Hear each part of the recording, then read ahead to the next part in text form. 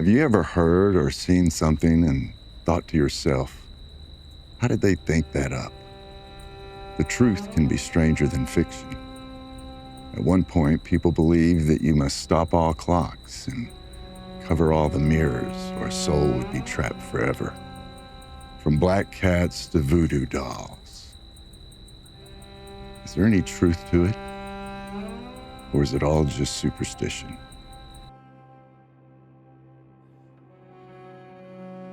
First of all, I want to talk about, this is the Halloween episode. Yes. So describe your outfit and character. Okay, well, I am wearing just a long to-the-floor skirt. That's a light blue. And then I'm wearing a white linen shirt that just has a lace collar with a small little button to represent like a little brooch. And then I have a big hat that has flowers in the color of fall and a brown ribbon on it. And so I can't exactly say I'm one particular character, but I am of a time period.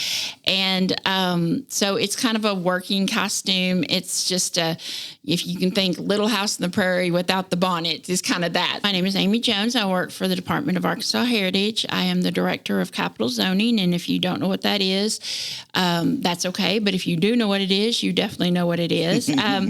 And we help preserve the neighborhood around the state capitol and around the governor's mansion in Little Rock, historically preserve it through zoning. So it sounds like if you don't know what it is, that's a good thing. Yeah, because if you know who I am, then you don't like me. So anyway, I'm not that popular of a person because I'm the one that tells you, no, you're not going to tear down that 100-year-old retaining wall. Right. I don't care if you want that cute little fence. Right. So that's me. That's my job for the state of Arkansas. I absolutely love it. I really do. But like I said, it doesn't make me popular. And that's okay. I have a bachelor's degree in U.S. history, a minor in Arkansas and Southern Studies, and I've done a lot of African-American lecturing also, because if you're going to talk about Southern history, you got to talk about everything. Right. And so Arkansas is very dear to my heart. My family says you treat Arkansas like they're a member of the family. I really do. And so I am referred to as Arkansas Amy. I am a professional Arkansas historian. If you ever have a question, I'm not going to say I know it, but I would certainly love the opportunity to help you find out. You can always reach me at my email address, which is Arkansas Amy, A-M-Y, Arkansas, then A-M-Y, at outlook.com. And just email me, and I just love to talk Arkansas all the time. It's what I do. Well, my costume's the Freddy costume, and I can't wear it because I did outgrow it literally. So what are we going to talk about today? Tell me what you got. Well, let me tell you. We've talked about this a little bit, and so as I went down a rabbit hole of researching, my thought was, we always talk about Halloween, and there's the gory jump out with a bloody chainsaw kind of side of things. But as a historian, I do know that I've read things and I've researched things that people go, that can't be true. That didn't really happen. It really did happen. Right. And it really is true. And so, you got to, like Freddy Krueger here, he's based on something, and there's somebody that was crazy. Yeah. That's what I say. The stuff we were watching, like that, this is just a movie. It came from somewhere. And I'm not going to say imagination either. No, and it's probably 4 times worse than the movie, honestly. Right. And the blood and the mayhem. And so, anyway, I set out, my goal was to research some unique burial traditions from Arkansas, from the Ozarks in Arkansas, and just from the time period as right before Civil War, after the Civil War, and early 1900s, because we don't have these burial practices anymore. Oh. And you can say things, and there's young people that don't even know what that word means. And so funerals are not the big elaborate affairs they used to be. And so I want to explain a little bit how you used to prepare a body, how you used to lay out a body, how much the neighbors and the families were involved, and kind of tell the difference a little bit between a graveyard and a cemetery, the difference between a casket and a coffin, because there is a difference between a casket and a coffin. And then just some traditions and folklore that we have brought along that maybe we've lost a little bit, but people used to take very, very seriously. So, so I think people will find it interesting. It might not scare you, but it will definitely maybe give you a taste to go find a little more information on your own. Right. So awesome. Let's go. All right. Okay. Well, let me first start. A lot of my information came from, and I'm going to hold this up so we can see it, but from a book that was called Gone to the Grave, Burial Customs of the Arkansas Ozarks from 1850 to 1950 from Abby Burnett. Now, I have not met Miss Burnett, but I do have her email, and I hope to meet her and interview her at some point. She has done remarkable research on burial customs, and definitely burial customs that have to do with Arkansas and Arkansans. So, we all grieve in a different way.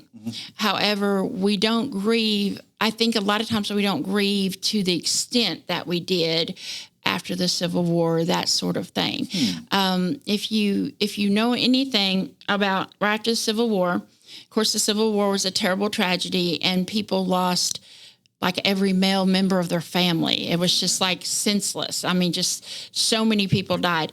So the people that were left, the moms and the wives and the daughters, were left trying to figure out what happened, because many times they didn't even know where these bodies laid. Oh, goodness. They didn't know. It wasn't like they died and they put them in a wagon and carried them all the way home. They just said, oh, your son died. And so you didn't know. You didn't get any closure where your soldier had died. So, or if he actually died, you think about that. Exactly. There was a lot of that. There was a lot of maybe they deserted, or maybe they just reported wrong. Right. And so that happened because there's a lot of stories that 5-6 years after the Civil War, here comes Johnny down the driveway, and people thinking they see a ghost. So that literally did happen. So, but because of that, you left a lot of grieving females, especially. And so spiritualism really took off in the United States. And this is what we call like the Victorian age. After the Civil War in the 1880s and 1870s, spiritualism was a big thing. I mean, I'm talking the most religious people in the world wanted someone to come to their house and do a seance so they could talk to their son one more time, okay?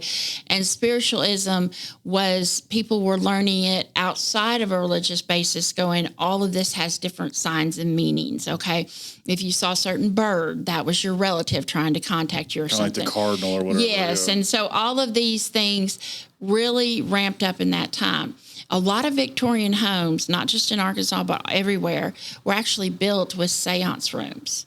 One of the most famous stories of that is Miss Winchester from the Winchester Rifle and the Winchester house that she had. Right. She had seance rooms in there because she wanted to contact her loved ones. Mary Todd in the White House had seances to try to contact their son that had died. Wow. So it was just it was kind of a popular thing to do. It didn't have anything to do with church or religion. You might have a Friday night seance and your friends would all come. And so but this also led to a lot of different taboos, a lot of different things that they thought if you did around a dead person, these things would happen. So that's kind of where I want to start. And I did get a lot of this book, and I'm gonna read some specific things from that, but also from my research. Okay. No problem. Okay. Many taboos and superstitions that developed around the dead was, you may have seen this in movies and you may not have known why, but after death, windows were closed so that the deceased soul could not fly out of their body. Now you want to know, why do they not want their soul fly out of the body? Because they literally thought their soul would fly out and possess somebody there in the room. And so back then, they closed all windows, shut up everything to keep the deceased body there so that you could get them buried before their soul left their body. Well, we've really changed with that. Now it's a tradition, if someone dies in a house, you open up all the windows and set the soul free. That's just how we've changed so much of that. You may have seen in movies where they cover mirrors. Right. The reason they cover mirrors is because they were afraid that the spirit, if it left the body, would get trapped in a mirror and never be able to come out. Right. Because mirrors were a magical thing. They didn't know exactly how they worked, but they were kind of a magical thing. Also, the first person who looked in a mirror after someone was dead, they believed would die next. Oh. Yes. So it was very, very, people took this extremely serious. I can see that. Clocks were stopped at the time of death. Right. As to honor the people as they died. And I'll talk a little bit more about this too, but there was coins that they would put on the eyes of the dead. Now that goes back to Greece because they used to think that you would bury someone with a coin in their mouth and maybe coins on their eyes, and you were doing that so they could pay the ferrymen as they went to the underworld. Oh, wow. Okay. It was money to pay them to get where they needed to be after death. Right. That's not exactly why we did it in Arkansas, but it was a tradition in the Ozarks and in Arkansas. And it was done because eyelids would pop open after death because the body does all kinds of strange things. So you didn't want the eyelids popping open and scaring grandma. So you put these coins on them. Okay. And, then there's another thing you may have heard. The deceased is always carried out of the house feet first. And it was carried out feet first. This was done to keep the deceased from looking into the house and getting another member to join them. So that was a lot of superstitions. And so a lot of these are not carried on, but I'm sure there's still families that do a lot of this. I wonder nowadays, sorry to interrupt you, but I wonder nowadays if like the coroner or whatever, when they take a body, is it head or feet first? Yeah, I don't know. If I was a coroner, I'd still do it feet first. I'm just wondering. Yeah, I don't know. That's a good point. Maybe a coroner out there can tell us. Yes, but it was definitely because it's very strange. It's like somebody dies in your house and all of a sudden they believe that spirit is trying to take as many people with them as they can. Right. So, and there was another weird thing. And I hesitate to say it because I really like I have 2 little black cats and I really like my little black cats. Right. But cats were very suspicious around the dead. And so one diary I read, the man was sitting up with a man who was about to die. And as soon as he died, they said the first thing they did was remove the cat from under the bed. Because, yes, cats will tend to eat the dead, but not right away. Right. It'd have to lay there for a while before they start gnawing on it, but that's what they were afraid of.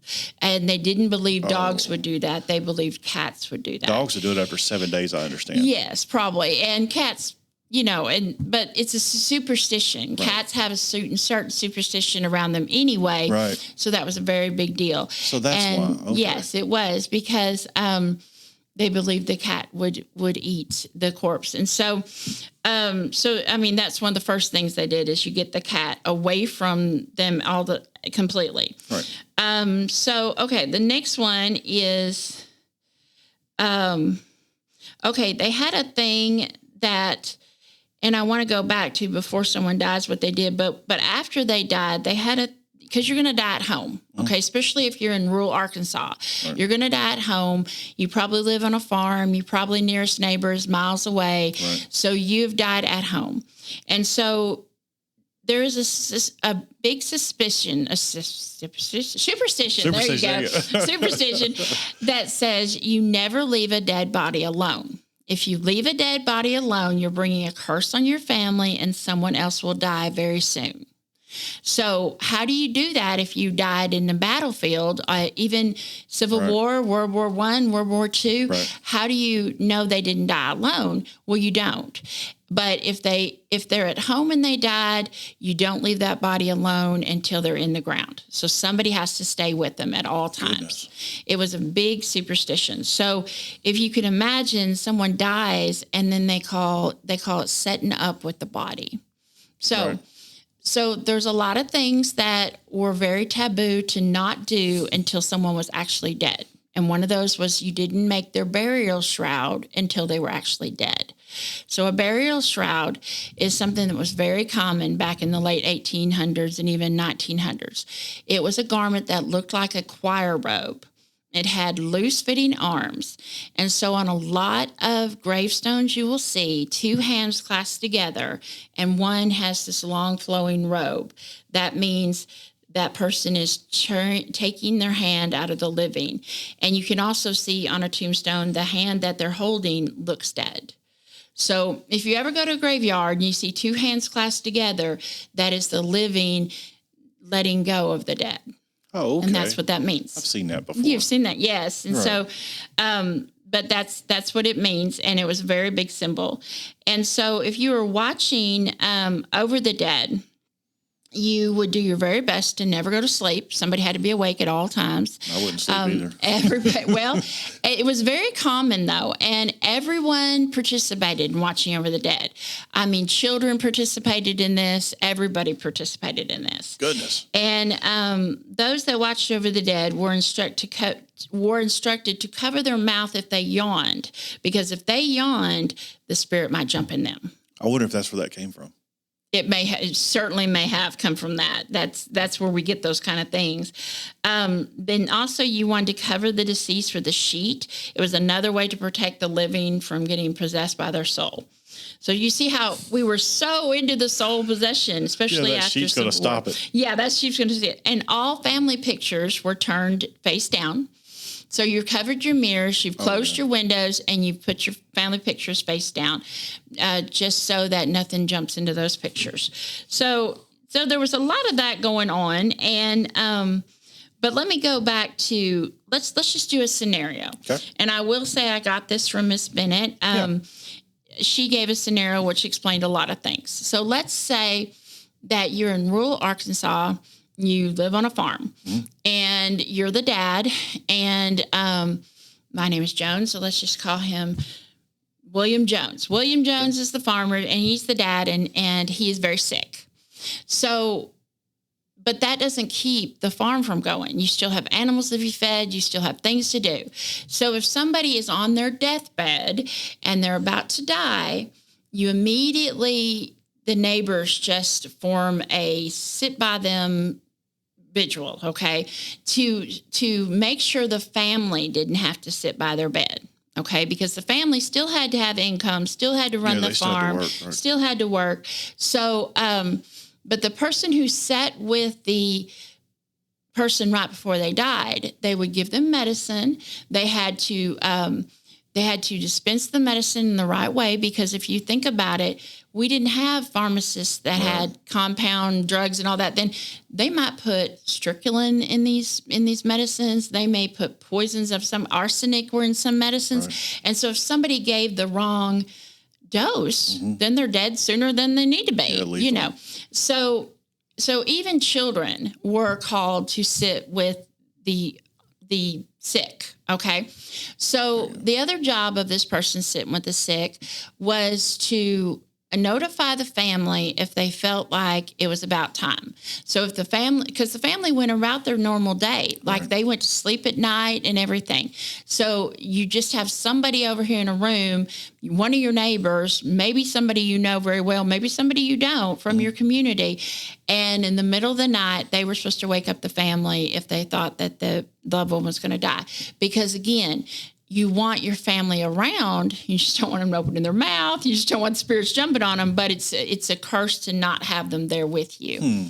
And even in some old newspapers, when you read obituaries, and I didn't know this until I really studied this, but I have read these before, and they would say, so and so, she died, and she died alone. And they would say that in obituaries because they wanted you to, it was such a big thing. We don't look at it as a big deal, but people back then were like, oh my goodness, that's horrible. That was the most horrible thing in the world and the most disgraceful thing, to die alone. So, and another thing, just speaking of newspapers and how they reported on death, if someone killed themselves, you never said that. You never said that in the newspaper. You just say they passed away. Right. You never said suicide. There was just certain things you never said, and that was one of them. I just wonder, like you were talking about how they died alone. I've never read that, but I have read they just passed away in their home peacefully. Yes. But that doesn't say either way. I guess they don't do that doesn't say anymore. Either way, yeah.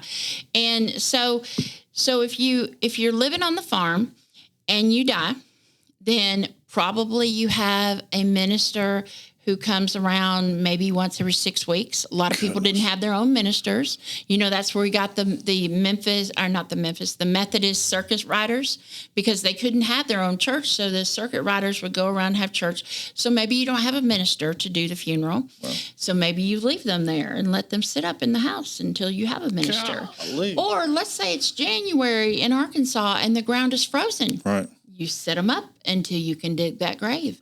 They are sitting in the house, and somebody has to sit with them. That is crazy. Oh, it could go on for a number of times. That is so crazy. And what's so crazy is I just heard this thing while I was studying this. I heard another crazy story, and I'm just going to throw this out there. I didn't really mean to, but Elvis Presley's daughter, okay, Lisa Marie, right. She recently died. Right. Okay, Lisa Marie had 2 kids. She had more than that, but she had a son and like 3 daughters. Her son died a little bit before she did, and he was in his 20s, and he overdosed, much like his grandpa Elvis, okay? Well, she couldn't let go, and she kept his body in her house. Ooh. This is modern time. She kept him on ice in her house for about 3 or 4 months before she could let go. And so she had a special room made and everything because she couldn't handle him being out of the house. And she would say to her daughters, I have a broken heart and I'm going to die from a broken heart. And she died like a year or so later of a heart attack. So was he in there that whole time? How long was he? He was in there about, I think they said 3 to 4 months before she could stand to bury him. And she would go into the room. And, of course, you know, she had money to pay people to sit there and that kind of thing and to keep the ice going and all of that. But can you imagine?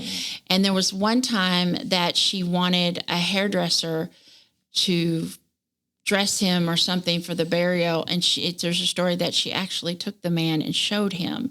And the son had been dead for several months at that point.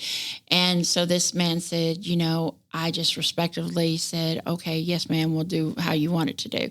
Well, no, it wasn't a hairdresser. Pardon me. This is what it was. Her son had a tattoo on his hand. She wanted a tattoo artist to put the exact tattoo on her hand in the same place. So she brought the tattoo artist to her house while he was laying in there. And she said, I have to show you my son's hand.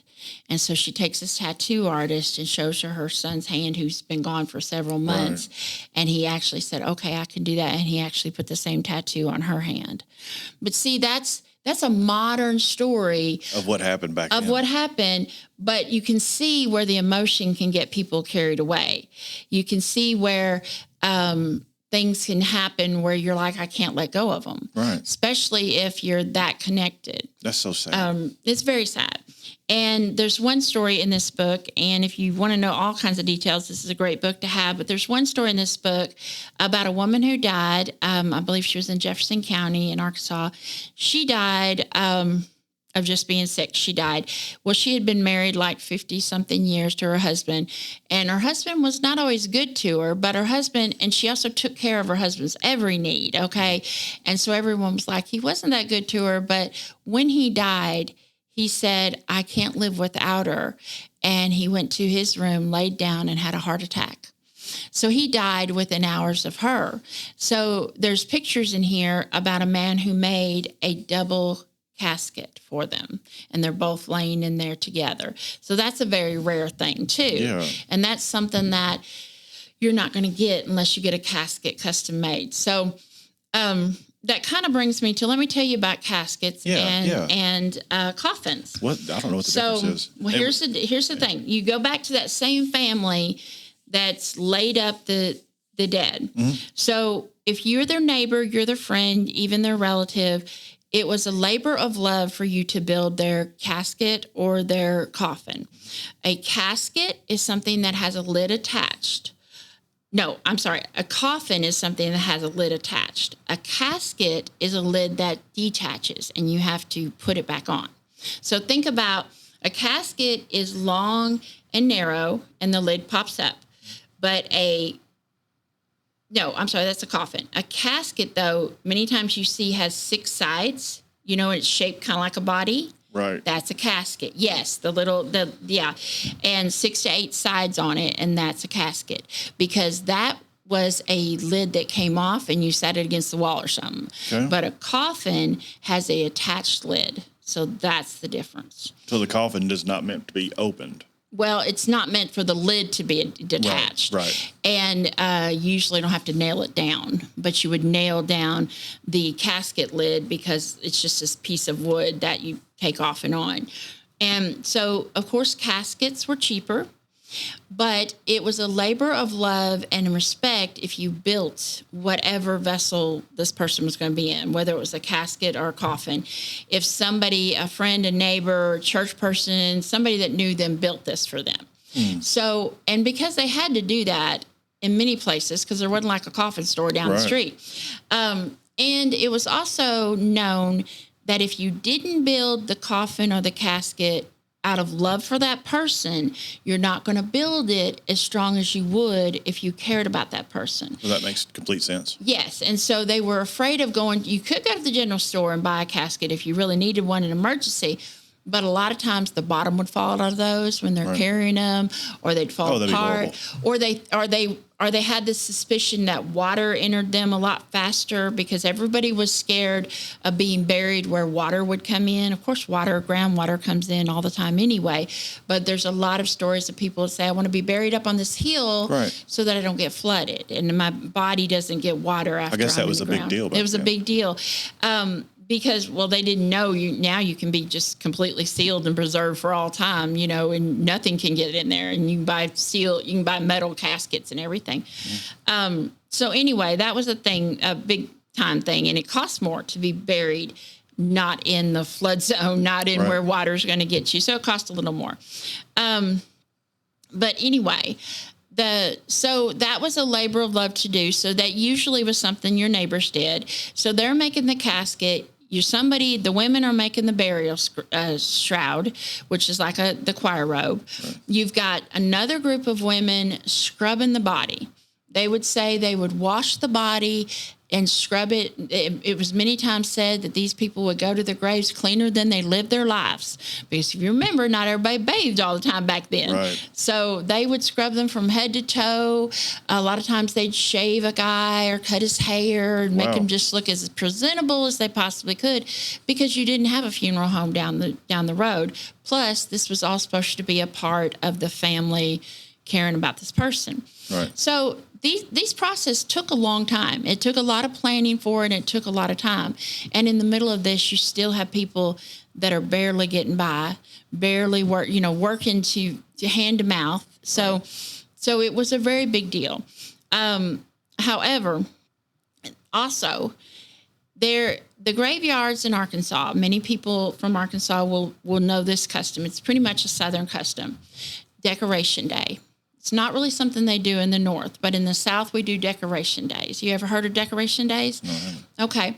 Well, I've heard of Decoration Days a long time, and a lot of times they're still done in a lot of little towns in Arkansas. It's usually in May because of the weather in Arkansas. And decorations means if you have a graveyard or a cemetery, and it's a small little town cemetery, nobody paid to keep that up. Nobody paid to keep it mowed, none of that. So once a year, the people of the community would come and clean up the cemetery, clean all the graves and everything. And the next day, you'd have Decoration Day. Decoration Day means that you went to your family's gravestone and you picnicked, and they played sack race games, and they stayed out there and picnicked all over. Yeah, there's pictures of all that. It was a big honor to go out and just have Decoration Day. You cleaned up the graves. Think about it, too. There wasn't a florist on every corner. Right. So tissue paper flowers were made as a custom to put on these graves. And women who could make these tissue paper flowers sometimes made just whole bunches of them so they could put them out to not only their loved ones, but other people.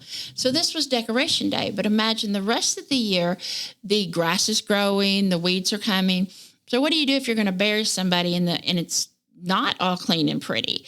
Well, you would go to the grave and you would dig the grave. The grave would take sometimes 8 hours to dig. I bet. You'd bring all kinds of men because you're going to rotate out. Right. Now, when they dig a grave, they use a backhoe. Right. They take the dirt away from the grave so that the mourners don't see it because it's supposed to be upsetting, okay? Right. So back then they couldn't do that. Right. They would take the dirt right out. A lot of times they'd put like railroad ties or something to hold the dirt back.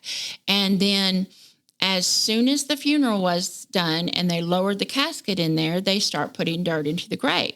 Because again, it was disrespectful and rude to leave a funeral until the grave was completely covered with the dirt. Wow. Yes. Can you imagine that? And so you did not leave. Nobody left. Everyone stood there and watched them bury the casket. Wow. And yes, That'd be because tough. it was tough. And it was, a lot of it was because people didn't want to accept death. And so they'd have to see it. They'd have to experience That's it their to closure. even know. Yes. And so that brings me to another point of a word that we all know. Do you know why you call people that carry the casket pallbearers? Do you know why? I can't remember, but I've heard it before. You've heard it? Well, pall is P-A-L-L, pall bearers. And a pall is a large piece of fancy fabric that covers the casket or the coffin during the funeral. And so they cover it and they leave it on there. And then when someone goes to carry the casket, they're called pall bearers. So, and that also handles that you see on these caskets, they're purely decorative. That's not how you carry a casket. You carry a casket, from underneath. You don't pick up the handles. And because if you did, they wouldn't support the weight. And so that's a decorative thing that people don't think about. But you can buy them as decorative as you want them to.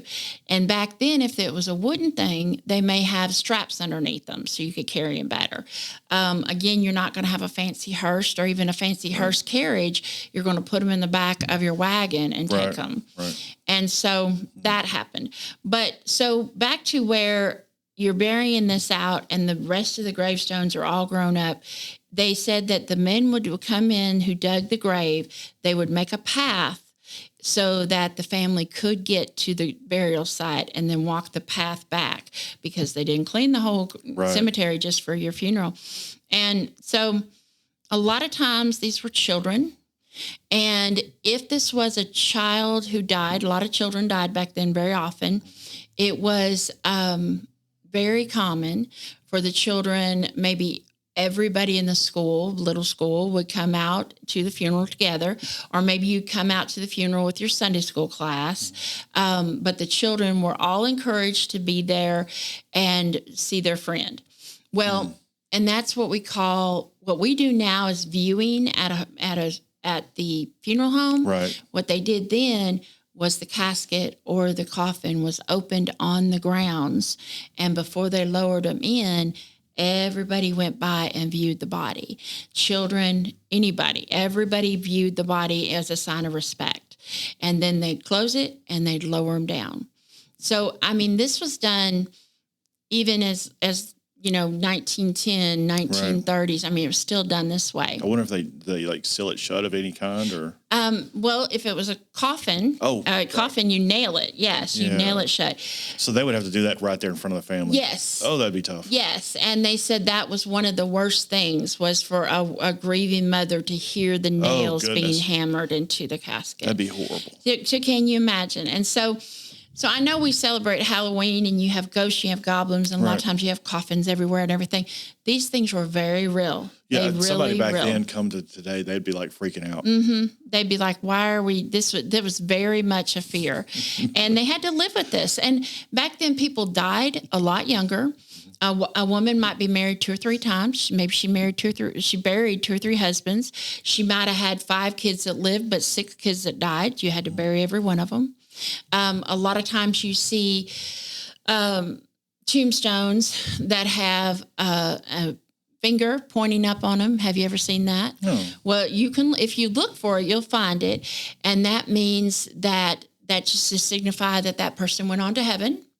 If you see a torch that is pointing down, that means the torch of life has been extinguished. There's all kinds of Masonic symbols that are on. The Goodfellas have their own graveyards that have their own kind of symbolism. There's all kinds of symbolism because a lot of times, again, that person that's sitting up with the sick person, if you weren't a family member and you were sitting there, or even if you are a family member, the last words that this person would say, you would write it down. Oh. And a lot of times that's what you put on their tombstone. Their last words. And last words could be, live a good life or take care of your mama. One man put on his wife's tombstone that said, "My husband was wonderful to me." Now, did she really say that? We don't know, but that's what he put on her tombstone. And so for all eternity, that's what it says, And so there was always these last words, and that was supposed to be just really, something to live your whole life with. So it's very interesting when you look at, and I'm gonna look into this book for just a minute now here. So this is, I'm going to put my glasses on real quick so we can see. I understand those glasses completely. Oh, goodness. And I got my hat and my earphones. I'm just wired for sound. Okay. All right. All right. This is what I was talking about, the stigma about dying alone. You never left a dead body unattended. This was well documented. And the stigma, and the reason was like I said, because you didn't want that spirit to go into somebody and not make it to the grave. On that point, this is a silly fact I think everybody knows, but let's just say this. Sure. Before modern medicine, a lot of times somebody might slip into a coma. They might have a head injury and they're passed out. Well, so many people were buried alive. Oh, man, yeah. And that's very documented, very documented. That's where the vampires came from. Yes, that's people, exactly, let me out of here. That's exactly where vampires came from. And one little fact that I assume everyone knows, maybe they don't. Right. But my granddaughter said to me the other day, "Hey, do you know where this saying came, Saved by the Bell?" And I said, "Well, I do. Do you?" Oh, yeah, the cemetery. She heard about it, yes. And so I have seen cemeteries, especially in like Savannah, Georgia and things, that actually have a bell hanging right by the tombstone. And what that was everyone was so paranoid about being buried alive that before they died, they would pay extra money to have a bell put outside their tombstone, and the cord would go all the way down through their casket and into their hand. So if they were just unconscious and they woke up down there, they could ring a bell. And that's who the bell toes for. Right. And so your keepers of your graveyards would listen for these bells at night. And can you imagine that's the scariest thing you ever heard? That would be so scary. Mm-hmm, exactly. And but it happened, and people did. I mean, it saved some people's lives, but it did happen. Probably less than, probably not very often, but it happened because somebody made a lot of money on putting a bell outside of there. Also, they've opened graves before or had to move graves before and open the lids, and there'll be scratch marks. Right. And that's because someone was trying to get out. They didn't have the bell. They didn't have the bell, and they just suffocated and died. That'd be horrible. That's horrible. And then if somebody was buried in a shallow grave and they woke up and they were able to get out, that's where you get your zombies and your vampires and all of that. So, like I said, all of this stuff came from somewhere. That came from a legitimate source of some time. And so if you see, somebody walking down the road and, she's been dead for 2 months and here she's like, I woke up and got out of there, then she's a zombie or she's a vampire. Yeah. And a lot of times if someone thought, I know one story and I don't know all the details, but I'll kind of tell you the gist of it. Yeah. Back in the late 1800s, a girl died, or they thought she had died. And she actually woke up before they put her casket in the ground. Okay. Well, as she woke up and beat on the casket and they let her out, everyone again was like, oh, she's a witch or a vampire or something. And the townspeople were so freaked out by her that they killed her, and they took her heart out of her body and burned her heart because they believed she was no longer herself. That's horrible. And yes. And so they buried her body without a heart because they believed that she had rose from the dead and Made a was deal this- with something yes. or whatever. Yes, and so that was a very big thing, and so a lot of our folklore or ghost stories, if you will. Like I said, I lead, well, I don't know if I said, but I do lead Haunted Arkansas tours. Right. A lot of people refer to me as the ghost lady. I do tell ghost stories that are rooted in fact and from the newspapers. But what is a ghost story? A ghost story is really an urban legend passed down. Okay. It is folklore passed down. Did it happen just like that? Maybe. Did it not? Who knows? But we love to have these stories told. We love to think this could have happened, or maybe this did happen. So that's pretty much what a ghost story is. And my definition of what a cemetery is, well, let me tell you, a cemetery and a graveyard, two separate things. You ever know the difference between those words? Why do we use both of those words? Well, I thought they were one and the same. Well, traditionally, a cemetery, like Mount Holly Cemetery in Little Rock, is not attached to a church or a certain religion. But a graveyard is the graves that are next to that church. So they're all Catholics, or they're all Methodists, or that's a graveyard. It's just part of the yard of the church where you buried the people from that church. So that's the difference. Yeah. I didn't know that. So I forget where I was going with that. But anyway, I thought that was very interesting. People don't realize that. And but a cemetery is something where all religions can be buried. Now, of course, they were segregated. Even up to 1960s, they were segregated. They were probably segregated in Arkansas a lot longer than that, honestly. Probably so. And so there's a lot of those type of things. And what is so strange is we had a lot of slavery in Arkansas, and we had a lot of slaves that were freed after the Civil War. But even if they had once been a slave, a lot of times when the African Americans would pass away, they would put on their tombstone former slave of, and put their master's name. So you find those graves a lot. Now, they may have been free for 30 years before that, but that was their identity. That's horrible. It is horrible. And they could have went on and been a lawyer or a doctor or anything, something. yes, and got away from, but that they had that name, and a lot of them had their master's last name. So I didn't know that. Oh, yes. You are, even if you were a slave, even if you were a freed slave, your last name was your master's last name. Wow, I didn't know that. Yes, there was a big plantation in like Louisiana, I believe, that the last name was Jones. Mm-hmm.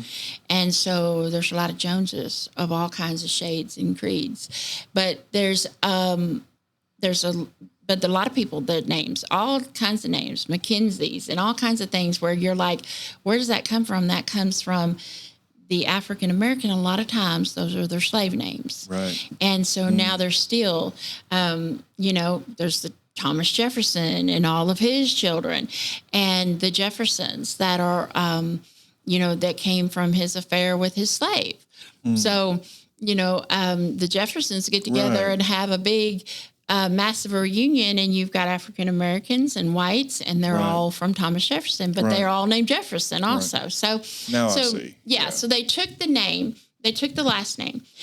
Another thing about African American funerals that some is still practiced this way today, a lot of times they will have funerals on Sundays.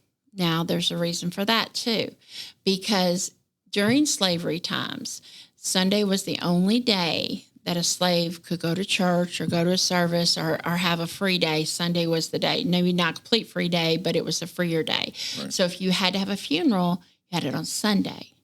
That is not what other people normally do. Normally, you wouldn't have a funeral on Sunday. So, but that is a very unique African American thing to have the funeral on Sunday. So it all kind of goes back to all that. And these are traditions, though, that they grew up with. So of course they want to keep that. So I told you about the people that sit with them after they're dead. Right. I did mention the Eubanks. I mentioned that because I have some Eubanks in my family. But the Eubanks here are the ones who, his name was SOD, S-O-G, and his wife was Esther, and they were the Eubanks when she died, and he immediately had a heart attack, and they were buried. That's the double. They were buried in a double casket, yeah. And they were it's Madison County. It was Madison County, and it was 1937. Oh, that's recent. That's recent. But if you look, Arkansas is historically maybe 20 to 25 years behind every other state. I believe that. Yeah, they really are. And different parts of Arkansas are way far behind. Probably the southern parts. Yes. And as I specialize in North Little Rock and Little Rock history, downtown Little Rock and North Little Rock history. And it's very obvious that even the north side of the river, North Little Rock, Virginia, and all that's over there was about 15 to 20 years behind Little Rock. Because that's further north, though. Well, because Little Rock and North Little Rock were very, if you were wealthy, if you owned businesses, you lived in Little Rock. You know, North Little Rock, now you get me into all this, but we used to call it Dogtown, and it was mostly railroad workers. And so it wasn't the elite of the elite at all. And even North Little Rock people didn't want to act like Little Rock people. They didn't. And so in Argenna, even after World War I, they still didn't want numbers on their houses. And so the federal government finally said, we can't deliver your mail. Right. We can't tell you if your soldiers died because, you know, we can't talk to Miss Smith who lives in the greenhouse down from Miss Jones. I mean, that's all they wanted. They didn't. They were like, government's not going to tell me to put a number on my house. I mean, they were fighting it, and they fought it a long way. But the federal government finally stepped in. The president got involved and all that good stuff. But that's how we got. That's why I'm saying they just pulled them into a more modern time. But a lot of your little towns, Eureka Springs, Hot Springs, a lot of little towns, they didn't see any reason to change. Yeah. And so they did, this is the way they did it, and that's the way they always did it. So, and of course, obituaries was a thing that was not very popular, okay? Because an obituary, even in the early, even in 1892, an obituary in the newspaper might cost you like 5 cents a line. And so unless you were extremely wealthy, you didn't have an obituary. 5 cents back then is a lot. That's a lot of money. $100 or something. Yes. And so you didn't have an obituary. Right. So, which is sad because a lot of things are lost to history for that. I kind of look at a cemetery or a graveyard as a historical as a museum to history. So if you're in a small town in Arkansas, or you may have just moved there, or maybe you have family that's been there for generations, go walk around the cemetery. Look at the names. Find a name that interests you, and research that person and see what they did to form that town into what it is today, because you will be amazed. I know there's I'm from El Dorado, so there's at the Supercenter Walmart. Right behind it, I don't know my directions right now, but behind it, there's like an old cemetery. Like it just doesn't even, I don't even think people bury people there anymore. It's just, we accidentally found it. Yes. And it was like little bitty, it wasn't even like traditional tombstones, you know, little bitty, like bricks or maybe things that would protrude up 1 foot from the ground. Things that made out of rock. Yeah. Yes. I mean, it was like, wow. So I just. Yeah. Because a lot of times if you couldn't carve stone, if you weren't next to a quarry and you could get soft stone, a lot of Arkansas tombstones are just made out of pretty rocks or shells, like even. This one, some of them had that, but some of them were, like little bit like pyramid looking things or something, kind of longer, taller pyramids. Well, yes. And so the obulence, or what do you call the Washington Monument? Something like that. Yeah, that was very popular, and it was very easy to carve. Okay. Oh, okay. It was very easy to carve. Gotcha. And so a lot of times that would happen. If you came from like anything like Irish or even Scottish, a lot of times they did not make mausoleums, which is a building that you walk into that has several of your relatives in it. Right. They would make little houses that even had little roofs for one grave. And that grave also might have a wrought iron fence around that grave. So you've seen that, and you've seen that in graveyards, and that's all their custom. That's all they're bringing their customs to Arkansas. We had a lot of German, we had a lot of Irish, of course, we had a lot of Catholic and even Italian, and so after the Civil War in Arkansas, especially. everybody lost their labor force. Okay. So the government of Arkansas went to Poland, went to Germany, went to Italy, and told people, come to this beautiful land and we'll give you things. So that's how a lot of immigrants got here. That's even how we started growing rice. We didn't grow rice before that. Somebody brought rice in, and now we're like the biggest rice producer in the world. But that happened again with the immigration coming in. And so, so it's just, I'm always fascinated how all this stuff fits together. But back to my book, and I'm going to tell you, this book, I've read some of it, and I've listened to some of her lectures. It is just fascinating, and it goes so much more than just funerals. This part, and I do know several about this. Moving graves. Okay, let me give you a little bit of background about moving graves. For example, let me tell you part of what I know about downtown Little Rock. There was a man named Robert Crittenden. Robert Crittenden was the territorial governor of Arkansas before we were a state, okay? And then there was a man named Chester Ashley, okay? Chester Ashley, yes, he got here in 1821. He bought the first 25 blocks of Little Rock and developed it. But one block of Little Rock, and I'll tell you may not know where it is, but maybe a listener would know where it is. Broadway in Little Rock, there's a place called the Albert Pike Hotel. Well, that land was owned by Robert Crittenden, who was that first territorial governor, and he started a little graveyard there. It was kind of a private graveyard because at that point we weren't statehood to 1836. But people were here from about 1819 and pushed the Osage out and all that stuff until about 1936. So this would have happened before statehood. So he had a graveyard there for not only his family, some of his family then were related to the Conways. So all those kind of names were there. And that was the custom. If your family died, you buried them in the backyard. You buried them in your family cemetery. But Chester Ashley saw a need to have a public cemetery. And so he donated land for a public cemetery. The first one he donated was on Capitol Avenue, where our federal building stands right now. That was the first public Little Rock cemetery. I've heard of that before. Yes. And so again, think about this would be even before Civil War, okay? And from that cemetery, though, him and another man, Chester Ashley, and another man named BB, another Arkansas name, donated 4 city blocks to make a bigger cemetery, and that would have been Mount Holly, which is still there. Mount Holly, I don't believe, is 4 city blocks at this time, but it was at that time. And so I'm going to tell you something I know about Mount Holly. And Mount Holly is a beautiful place. If you've never been there, take a trip. It's amazing.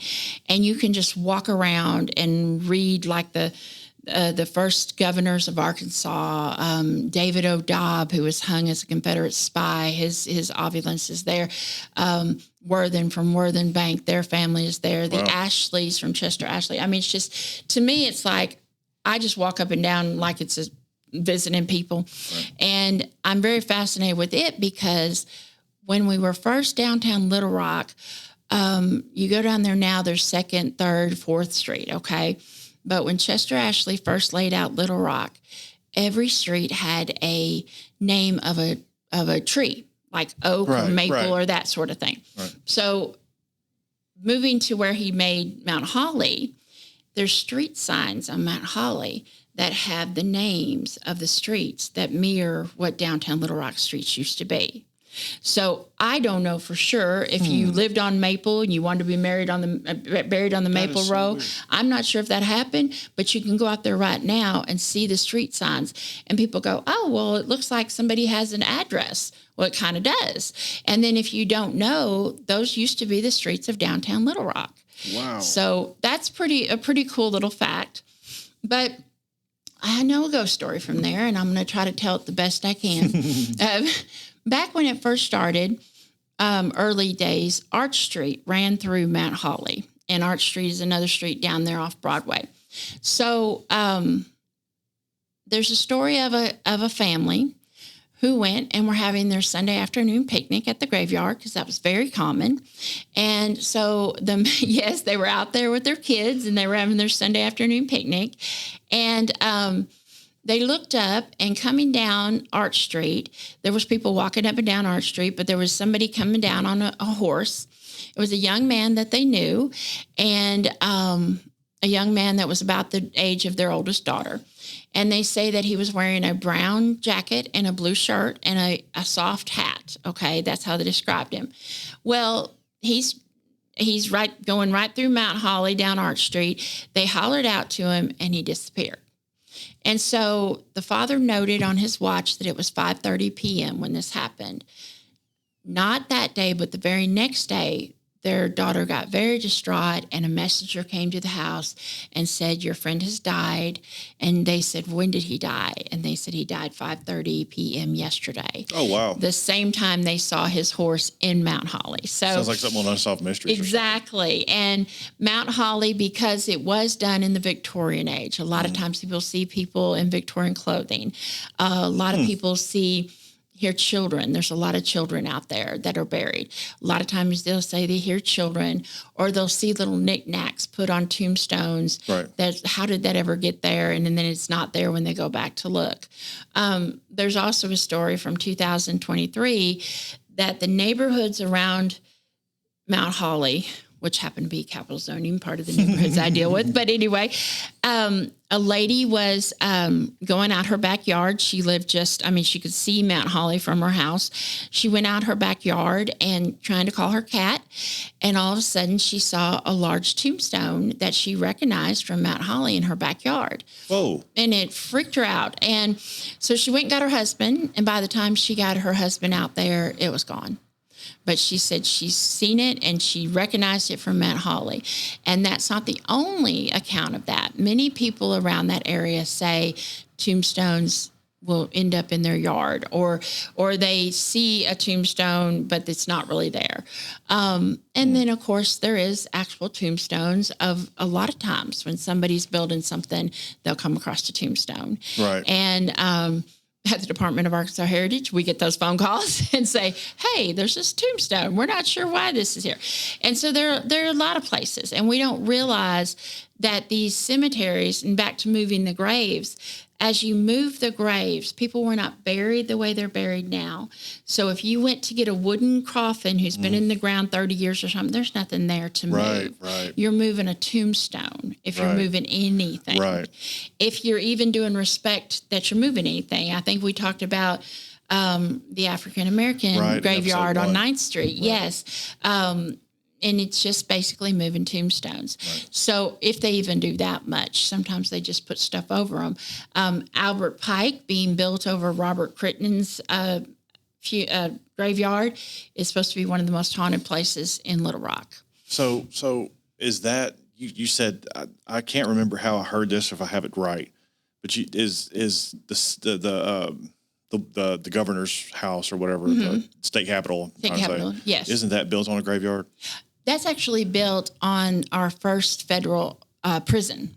That's what the state capitol is. I don't know. What I'm getting at is I know that Sweet and Sour, Blake and Michelle and all them have they actually have went and investigated. They were lucky enough to do it, but now nobody can do it. Yes. And they heard a noise, then like their hat flies off, and it's like crazy. Well, but think about it. It was the prison. And so the prison, I've seen sketches of the prison. It had farm. They grew their own food, and they did have their own graveyard. So that's okay. Yes. So is there graves there? I'm sure. And right now, our Capitol is digging a tunnel, which is very weird. Going to be kind of cool, I guess, but they're digging an underground tunnel that's supposed to be for the legislators to walk from the legislative floor underground to get to the Capitol. Okay, so there's a whole lot of dirt being moved, and a lot of things are being stirred up the prison, were from the prison. Right. And so, because they're moving, this is an underground tunnel they're digging, and they're doing it right now. So that's kind of interesting, but again, disturbing a lot of ground. Right. And whenever you do that, all kinds of things can happen. But yes, because that was the federal prison, if you go down to the bottom of the state capitol, there's like a like a area where you can buy food at the very basement. In the basement, there is a brick wall, and that brick wall was the brick wall of the prison. Oh, it's still there. Wow, that's neat. Still standing. I've never been to the yes. Capitol. So. Yes. Oh, well, it's the state capitol is amazing. And I need to get out more. And that's been our state capitol. Now you're going to get me on the state capitol, but that's been our state capitol since 1911. Because before that, our state capitol was at the old State House, there in Markham. Right. Yes. Right. And Chester Ashley actually donated the land for that too. Chester Ashley was like the second or third senator from Arkansas ever. And he was a lawyer from New York. He had a lot of money. And like I said, when he first got here, he bought up like the first 25 blocks of Little Rock. So he was everybody's landlord and made a lot of money. So the Ashley family, was in real estate, and there's Ashley families that are still in real estate. So, but anyway, so he was good to, I don't know. I have my own love-hate relationship with Mr. Chester Ashley. When I research people, they become very real to me. Right. And but for a man of his time, he did good things and he did not so good things. But he was a very big influence in downtown Little Rock for sure. And to donate Mount Holly is amazing, because now we have this. We have a place where we can go. We have a place where we can see history, and so I do appreciate it for that. But Mount Holly is called the Westminster Abbey of Arkansas. That's because of the prestigious people that are buried there. Right. Because it was during the Victorian age, so there's a lot of big, elaborate iron fences and all that kind of stuff. So it has a fountain, again, I'd be one of those that have a picnic in there. I would. And there's been times in my life that I've personally gone through horrible tragedy things, that it's a cool place to just drive up and sit in middle of downtown Little Rock, and it's quiet and it's peaceful. And I have done that. But then, I like dead people. That's my historian in me. I like the dead people. So, that's just the truth. But anyway, when Mount Holly first started too, I believe there was 60 Confederate soldiers that were buried there. And at one point, and I don't remember the year exactly, they removed all of those guys and buried them somewhere else because they weren't Confederate anymore. So it all just got a little twisted, and it's all politics. And, but when you go to moving graves, that's when you stir up stuff. That's what I think too. Yeah, I think you really do. We just don't need to mess with them, and just let them rest in peace. That's the whole thing, the rest in peace thing. Right. So anyway, let me go back to my book. I have a few more interesting things. Are we going over time? Are we okay? We're good. Okay. I'm on your time. The last look, I told you, was the look that they would see right there in the graveyard before they closed the casket or the thing. And that's where everyone had to be. And we were a lot more vocal with our emotions back then. That's where Mama might throw herself on the casket, or there's a lot of wailing. There was a lot of crying. I bet. And if you didn't cry enough, you insulted the family. My deal is I'm still hung up on the nailing. Listen to somebody nail the coffin or something like that. That'd be horrible. Yes. Well, there's accounts though that children were taught that you kind of lose it at a funeral. Because if you weren't wailing and crying, then you weren't being respectful. So grandmothers would teach their grandchildren, this is how you act at a funeral. Wow. Now, we don't do that so much anymore. Right. Now, if somebody, throws herself on a casket, then everybody's just shocked. But that's not what it was then. Then it was almost the norm. Right. And in many cultures around the world, it's still the norm. It's just Western cultures, we're trying to be all dignified all the time. Yeah. But anyway, and so I mentioned, I want to tell you this one part. This is interesting. Okay, so I told you all the things they do preparing for the person to die. Right. And then after they die, all the things they did. So what do you do if someone's being executed? Then what's different about preparing them for burial than normal? What do you think? Honestly, I think they wouldn't do anything. Well, no, we're too proper for that. So let me tell you about a story that happened in Clarksville, June of 1883. There was about 4 men that were convicted of, and this is interesting, they were train robbers. They were called the Mulberry Train Robbers. Oh, okay. Well, they had been convicted to hang, and so the date of their hanging was set, and it was in June of 1883. And it was said that upwards of 5,000 people came to see this execution. That's crazy. Oh, that's a lot of people. Executions used to be the biggest deal. People would take pictures, and you'd send postcards of these pictures. That's crazy. And there's a difference between hanging and lynching too. Lynching is usually an African American person being lynched. Those again people would come out, take pictures, and send postcards. We've talked about that. Yeah, on that podcast. That's actually a very creepy thing to me, and I think it's disrespectful to look at it. But these particular people in Clarksville were, prisoners, and then we all have heard of the hanging judge from Fort Smith. He had gallows built, and he'd hung people all the time. And so those were common occurrences, like, oh, we're going to have a hanging, so we got a day out with the family. And but he sentenced a lot of people to death. But anyway, back to our Mulberry Train Robbers. You ever wonder how they got the name Mulberry? I don't know. There's a Mulberry River somewhere. Maybe that may have been it. I floated it. Well, the youngest of the 4 was 17 years old. His name was Jim Johnson. He's most likely the man who shot the railroad conductor and killed him. But all of them were condemned to death, okay? So they were condemned, and these men were about to be hung. And this would have been a time when we didn't hang women in Arkansas. There was only... between 1820 and the year 2000, only one lady in 1845 was ever hung for a crime in Arkansas. Wow. And so I guess at 2000, we must have hung somebody. But anyway, so here's how their day went. Because you don't want to have somebody set up with a body. You don't want to have to make a casket and have all this time. Right. You don't want to have to wash them because they're grown. So the day of their hanging, they would get up, take a bath, take a shower, get a shave, get a haircut. While they're alive.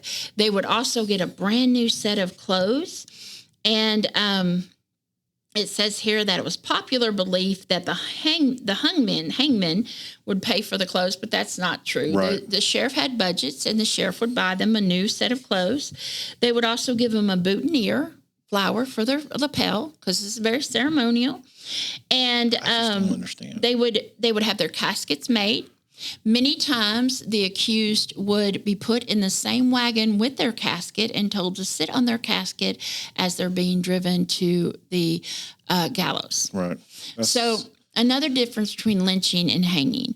Hanging is a gallows that when you put the rope around somebody's neck, they fall through a door. Right. Lynching is you're putting something around somebody's neck and you're dragging them and you're tying them from a tree. They're not falling through a trap door. So that's technically the difference. But anyway, so there was a law that was passed in Arkansas at the time of this, but it was never upheld, that said only 25 people could be allowed at a public execution. And like I said, there was over 5,000 people. They said the railroad trains were busy because people came in from railroad cars, especially for this event. There was people that walked in. There was people that came on horseback. This was a big, major event. And they didn't know these guys. They just knew their crime. And so, but like I said, they got their shave and a haircut, and a lot of times they said that, the people, by the time that they would get to the gallows, they were in good spirits. And one guy was noted saying, "Don't worry, everybody, the party can't start till I get there." Right. Because they had just accepted their fate. And there's people everywhere. So imagine this, though. You're getting a lot of attention. you're going to be killed, but you're still getting a lot of attention. You're going to die. Yeah. And they're there to watch you die, not yes, not to clap for you and all that. Yeah. They did get to, most times they did get to give a last statement to the crowd, and they did get to have some kind of religious ceremony if they wanted to. This is a spectacle, man. This is an event. Some people would say that they were sickened by the event of the execution. I bet. But most people didn't, and they took their whole families, even small children. And this says here, in 1887, the Arkansas General Assembly passed a limiting number law that only 25 people could witness this, but that never was upheld by the U.S. Marshals. And in Judge Parker's gallows, that's the judge in Fort Smith who would just line them up to, and his gallows are still there today. You can see them. I need to do more. It's a museum like. Right. And but at Judge Parker's, that was an event to go see, and he executed 478 men in his time. And they say that his gallows are haunted, and his gallows up there, I don't know a lot about him, but the little I know about him is he was a judge that was in Van Buren. They moved him to Fort Smith because there was an old Army barracks. They made the Army barracks his chamber, and then they built these standing gallows outside. Because usually you'd build a gallows to hang somebody, and then you'd destroy it.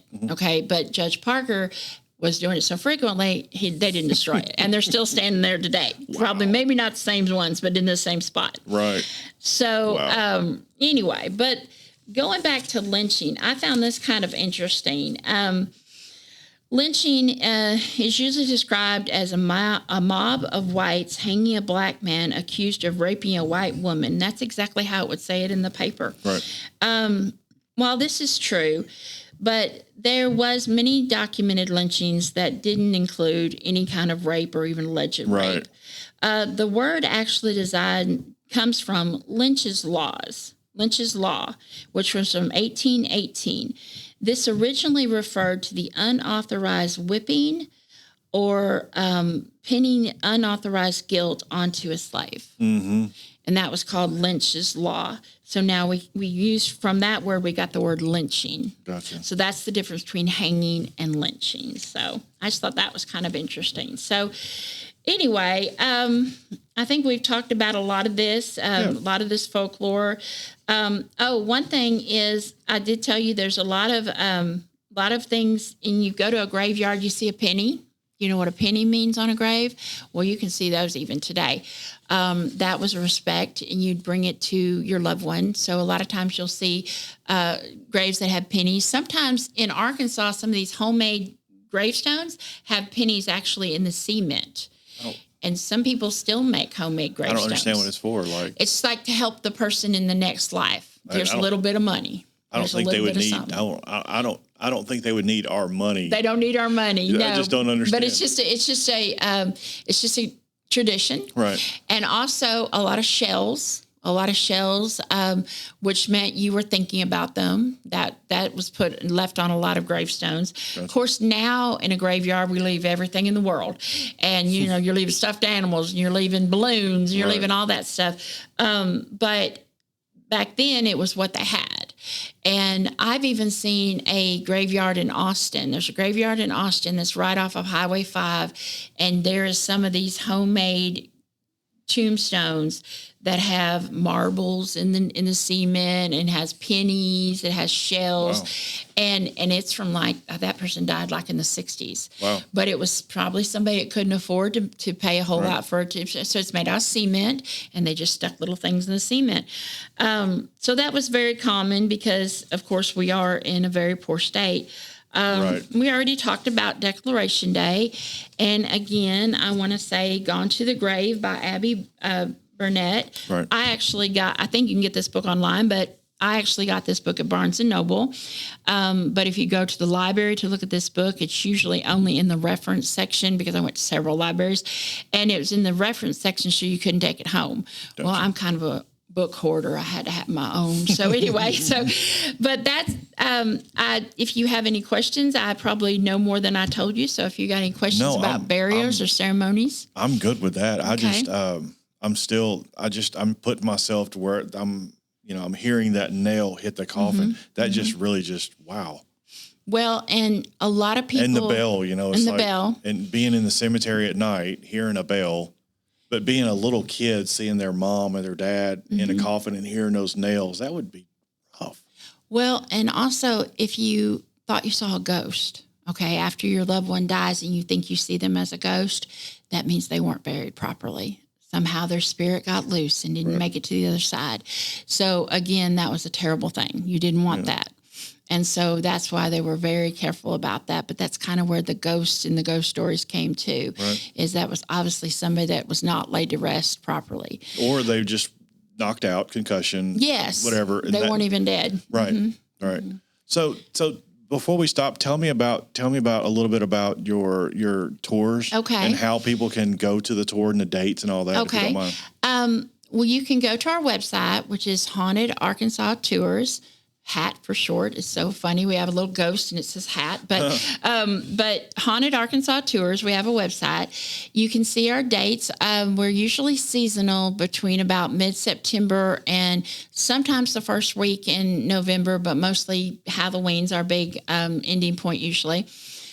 We have tours. We've had different types of tours through the different years, but Paul Prater is the man who started this. He's my very good friend and very good business partner. He is a master illusionist, and he teaches magic all over the world, and he does amazing shows like that. So sometimes when he tells a ghost story, there's a little sleight of hand and little things happen. Not with me. I'm like, listen to a college professor. I'm going to tell you the facts. But anyway, we all compliment each other.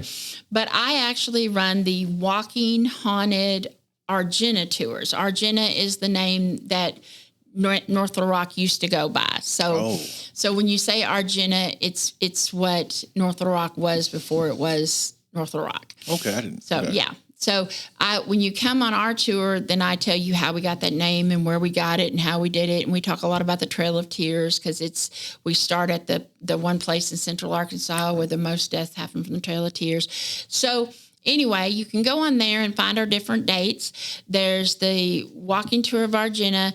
There's a few dates for what we call Booze and Brews. Those are done by Paul. And those are adult tours. And they go into like 3 different bars on the same route of Main Street in North Little Rock. But you get to actually sit down, have a drink, and then he tells you stories there and does a lot of the different things, sleight of hand kind of things that I don't really do, but he still tells the stories. He is a lawyer by trade. He has a wonderful storytelling ability. And so he really started this. He actually started he actually had one, I believe, in El Dorado. I believe it's where he started years ago. He wrote one for El Dorado. I think that's what it was. And he moved to North Little Rock and said, hey, North Little Rock doesn't have anything like this. So he went to the North Little Rock History Commission and said, hey, is there any ghost stories around here? And they gave him a little information, and they said, why don't you walk up and down Main Street and see what the business tells you? Right. And so he did. Good. And so our stories come from businesses and bars and things that are right there and things that have happened to them. So that's always very interesting. But again, like I said, it's not a tour where somebody's going to chase you down the street with a bloody chainsaw, because if they do, we all running, because that's not part of script. That's not part of the story. I always say I'm going to hire a guy to do that because that could be fun. But we have 2 tours on Halloween night. But usually we have tours from like Wednesday to Saturday, and they last about 90 minutes. I believe a ticket's $20, and which is cheaper than a movie. Right. And you're going to learn a lot. You're going to walk about 1.5 miles. We do take it kind of slow, so there's times to sit, and but we point out different things, and I point out different things in the architecture and the buildings that you've never seen before, whether you lived in North Little Rock or not. And so a lot of people say, I grew up here, and I didn't know that building had that on there for that reason, and I didn't know that's what that looked like.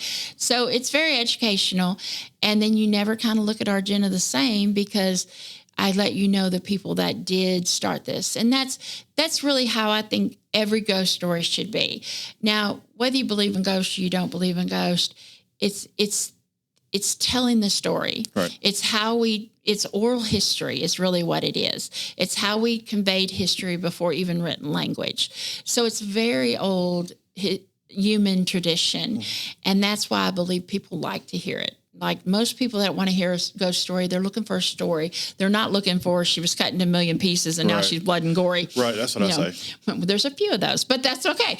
But so I can always tell if somebody comes and they're looking for this haunted house experience kind of thing, the wrong place. The wrong place. Because if you're looking for the story and the story based in face, the factual story, because these were human beings. And I'm very, very careful because I am an Arkansas researcher. I am very careful to sometimes I tell a story, but I may not mention their name because their family still lives there. Correct. And so any of these small towns that I've helped write ghost tours for, I've helped tell stories from, it's very important that you might tell what happened, but you don't necessarily tell the name, because we have had families approach us before and say, hey, we'd prefer you not say that story. Right, that makes sense. And so once that happens a few times, you go, oh, I'm so sorry. Okay. Right. And so you got to be careful. You got to be respectful, because all of us were built on these wonderful people who lived in such a harder life than we could ever imagine. Right. And as an Arkansas historian, I always say the people that were courageously dug this beautiful state out of nothing but a wilderness need to be remembered and need to be remembered properly. Not all of them were wonderful. The state capitol, the old state house and the new state house, both the old state house for sure, built with slave labor. There's places around that have done that. So it's not like everything was wonderful. But the thing about it is, it's the truth. It's our foundation. If you don't know your foundation, you don't know how amazing Arkansas is. And you don't keep people here, and we don't keep our state thriving. So anyway, there's my little plug. Arkansas historian. What can I say? So anyway. So they can go to that website. They can go to that website, yes. Or they can email me too. Again, Arkansas Amy, all together, AMY at the end, at outlook.com. And I'd love to help anybody with anything, especially if somebody's just maybe they're trying to get some stories together locally, or they have questions about their family or anything like that. It's just kind of what I do. Well, thank you so much for thank coming you. on I again. do appreciate this. This is awesome, and you're doing a great job with these podcasts. I think that I get more out of it than you do, because I learn. I get to hear stuff that I didn't pay attention in school. I had a 2.6 GPA, just high enough to play sports. That's all I cared for. There you go. Yes, so, that's okay. This is good. Okay. This is good to learn this stuff when I actually want to hear about it. Yes, and it does enrich us, because the more you know, the better people we can be. So, well, thank you so much. Thank you so much.